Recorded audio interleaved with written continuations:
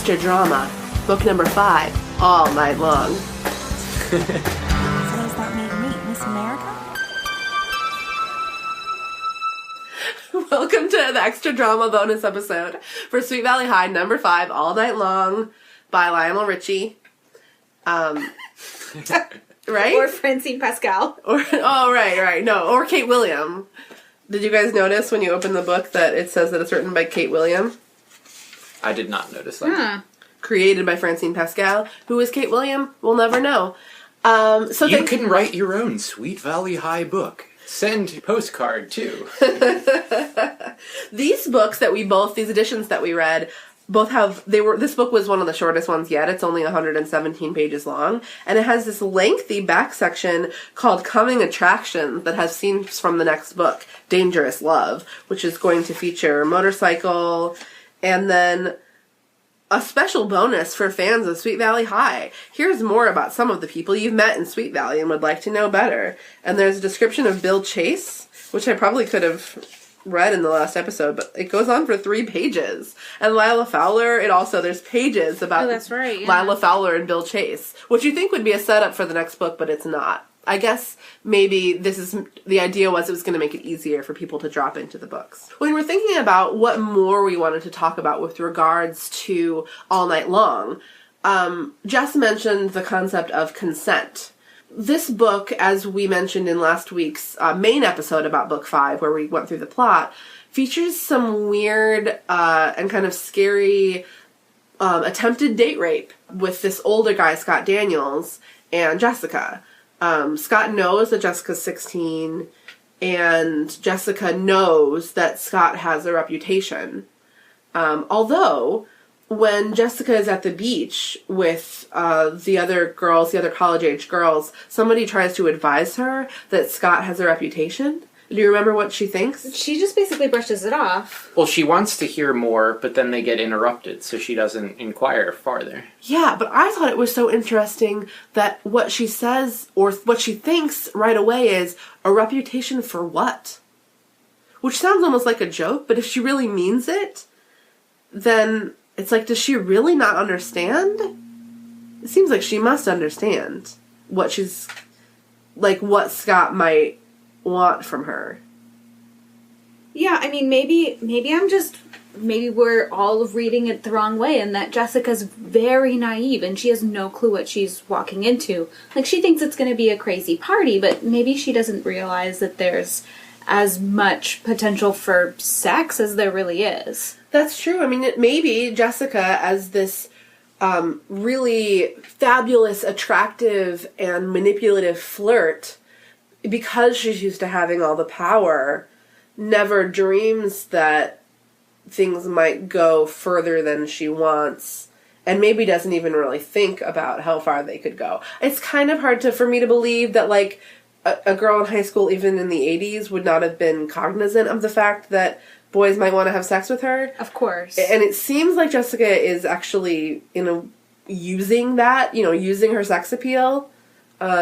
Just a page before that warning happens, and I think this goes to that point of she's thinking about attracting attention, but not necessarily thinking about sex. Jessica hooked one leg over her strategically bent knee and shifted slightly to a more flattering pose, just in case Scott or one of the other boys happened to be looking. Yeah, wow. But then when Jessica goes off with Scott Daniels into this cabin, it very quickly gets to a place where Jessica feels out of control, and she does not like that.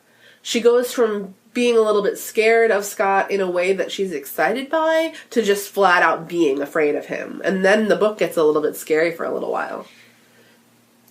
So you were pointing something out about Jessica in this scene, which is that she never flat out says, no, exclamation point. She does say stop it. She pushes him back at one point in time, but he had already, been pretty aggressively pursuing sex with her at that point.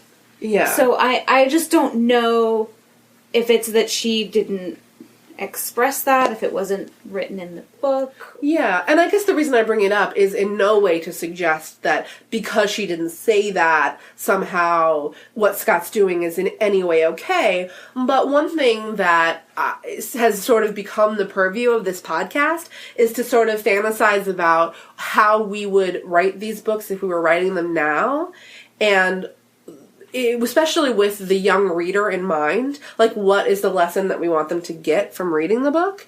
Or what do we hope that young girls reading these books would take away? And I think that that's one thing that I would really like to put in here, is even if Jessica has an inner monologue where she's like, I really don't want to be embarrassed in this situation, she like musters all of her courage to tell him like no and push him away. And then he could still be a dick and it would be realistic, but at least she would be providing an example. Like, what do you think you would have taken away from this book if you'd read it as a young girl? From the scene, I mean. Or you, Brian, if you'd read it as a young girl. I mean, I would take this, I think, as a young girl, like, don't even go to the party in the first place, because once you put yourself in that position, saying no beyond that is going to be very difficult. But I also wish that Scott would have at least backed off when she said stop it, that her voice would have had a little bit of power to it. Whether that's realistic or not, providing that model. Like, if you say no, it could be met with some effectiveness. Yeah, instead the book goes on this road, as we discussed a bit in the main episode, where it gives Scott a platform for about a page of making his case as to why he thinks his behavior is okay. You know, if we go to those pages... And she basically accepts his... She accepts his argument. Yeah. Yeah, like... Around page 26. So... When she says she needs to be getting going, she says, I've got to be getting home pretty soon. And he said, home? He laughed. Where did you get the idea I was taking you home tonight? I thought you knew. This party's an all-nighter. Yeah, and when she says, I have to get home, if you don't take me home, I'll tell my parents he tried to... She couldn't bring herself to finish the sentence, which is already, like, again, the book is hinting at something so, like, scandalous and scary, but the only way to end that sentence is that you tried to rape me. You tried to have sex with me, even, you know? And Scott's only response was a harsh bark of laughter. Go ahead, Jessie, baby. Tell them how you lied to them so you could sneak up here with me. Tell them how you just happened to be in a deserted boathouse, practically naked, when I came along and tried to take advantage of you. He shook his head. Sorry, baby, it just doesn't wash. And do you wonder if maybe there's some part of the book that's like, you see, girls? You see what happens?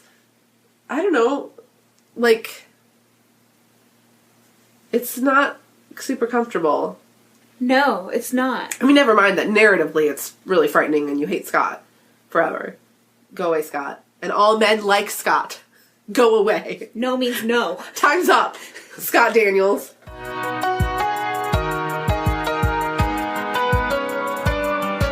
So you guys both mentioned that you read some young adult series when you were younger. Do you feel like those books had like a lasting impact on you, or like you were actively taking lessons away from them? Are we talking like books with like relationship, like yeah, books I think that's for young people, but with like relationship aspects to them? Yeah.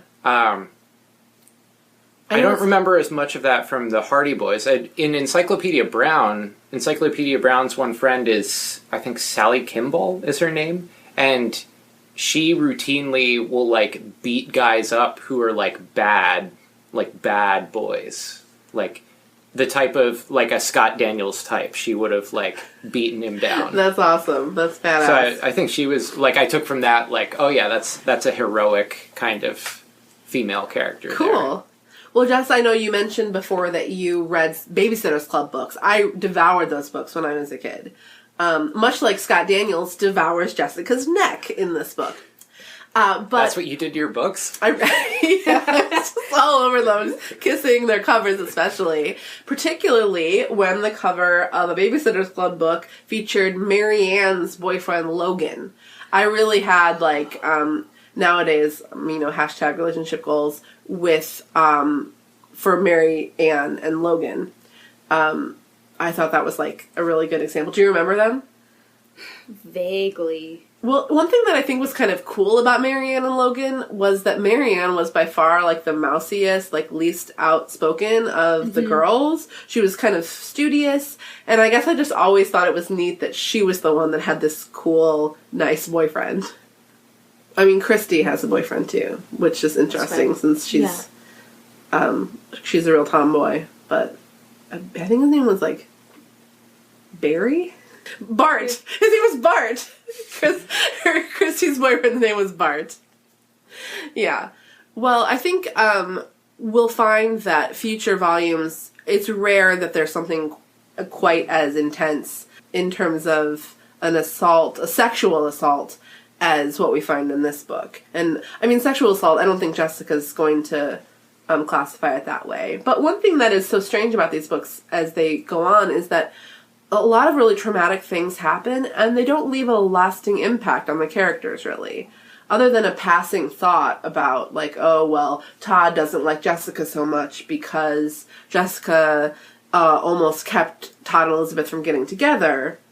We don't really see them suffering from the wounds of their past. I thought it was so interesting that Jessica never talked about her negative experience with anybody, and so I think if the book was written today, I would have wanted to see that. Like, that Jessica would have confided in someone, and someone could have talked to her, like, that's not okay. Like, when things like that happen, like, his advances beyond you saying no, like, are considered assault, or, at least putting some sort of label to it, giving girls a model for if something terrible like that happens to you, like, you should be reaching out to someone who can at least provide emotional support. Because at the end of that whole episode, she finally has to go to sleep on the floor next to where Scott is passed out in this cabin.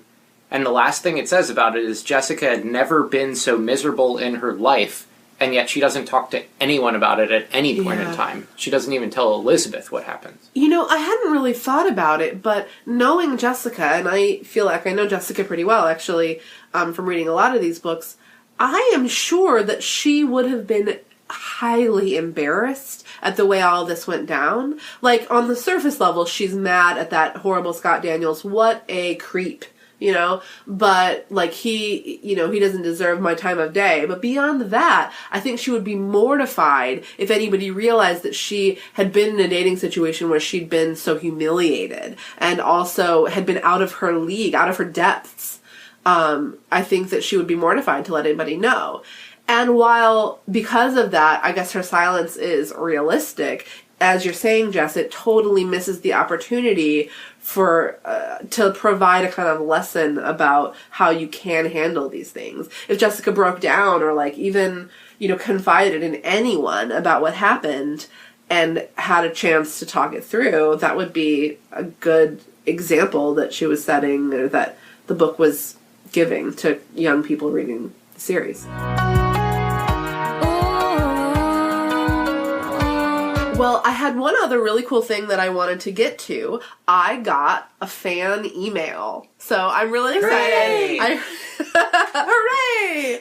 Okay, I need to, like, make that a little soundbite that I can insert of you guys saying in concert, hooray.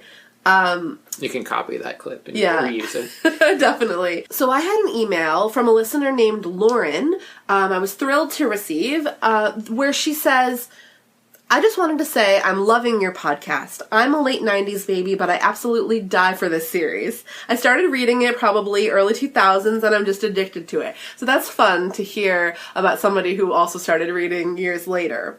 Lauren goes on to ask, I was also wondering what your opinions on Sweet Valley Confidential were. So many mixed emotions. So Sweet Valley Confidential, I don't see my copy here on the shelf. Oh, here it is. Sweet Valley Confidential. Here it is. So I'm holding up my hardback copy of Sweet Valley Confidential. 10 years later. 10 years later is the subtitle. And this is a book written by Francine Pascal that is available in bookstores now. And I actually got a chance to learn a little bit about this book. It was published in 2011, and in 2010, I got to go to a kind of a summit at the St. Martin's Press, where they got like bloggers about the subject to, they wanted to, tell us a little bit about it and get some excitement up. I actually even wrote some quizzes for the Sweet Valley Confidential website, like, who's your Sweet Valley dream date, which character are you, that kind of thing. So in that sense, the book is dear to my heart. This book, I would say, it's obviously, it's by Francine Pascal. There's not really question about whether or not it's canon, but anybody who's read Sweet Valley Confidential will know, I can't really treat the events of the book as canon when I'm talking about the series, as we know, so-and-so ends up being gay. Although I made a few references to, for now, nobody's gay, for example, in the series. Or, the way that relationships turn out. I think that reading the book is really exciting and juicy. But even though it's written by Francine Pascal, it almost feels like fan fiction. Because it's just well, sure, this is one way that everything could have turned out. But, that's not really what happened. And I'm curious if anyone else that's read Sweet Valley Confidential feels the same way. I have a thought that maybe in the future I'll do a bonus episode, maybe between seasons, where we talk about it. One thing that's fun about Sweet Valley Confidential is that unlike a lot of the Sweet Valley High novels, this is a book that's very easy to come by. And so if anybody is interested in reading it, go ahead, but be ready for some actual sex, first of all, because they're 26 now, so they're allowed to have lots of sex. And also it's the 21st century in this book, so it's not 10 years after the 80s. It's as if 10 years after the characters are 16. So that exists out of time. The whole Sweet Valley High series, in theory, exists out of time. And this is when everybody's 10 years older. And a lot has happened. And, it's pretty scandalous. So maybe I'll see if I can find some of those quizzes. If I can, I'll put them up on the website, sweetvalleydiaries.net. In the meantime, if you go to the blog, sweetvalleydiaries.net, you can read a bit of my thoughts about Sweet Valley Confidential at the time. Just search for Sweet Valley Confidential, and I wrote several different pieces about kind of recapping the book and my thoughts on it. And boy, it's really something. So, Lauren, thanks for writing in. If anybody else is interested in dropping me some thoughts, you can email me, sweetvalleydiaries@me.com, or send me a note on Twitter @SweetValley or on Instagram @SweetValleyDiaries. I know Instagram is not necessarily the place for a note, but hey, wherever you send me the comment, I'll be happy to check it out. Or you could leave a comment on the blog, sweetvalleydiaries.net. And I recently added a page to the website that all the podcasts are kind of housed there, and it has quick links to all different major sources where you can subscribe or get the show, but also links to the episodes where you can actually listen to them on the site.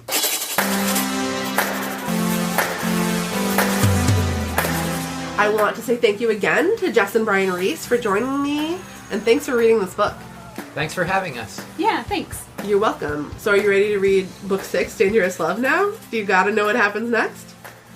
We'll see.